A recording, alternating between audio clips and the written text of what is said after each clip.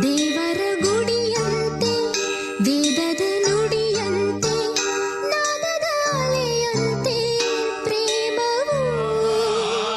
ಮೇಘದ ದನಿಯಂತೆ ವರ್ಷದ ಶರದಂತೆ ಧರಣಿಯ ಹಸಿರಂತೆ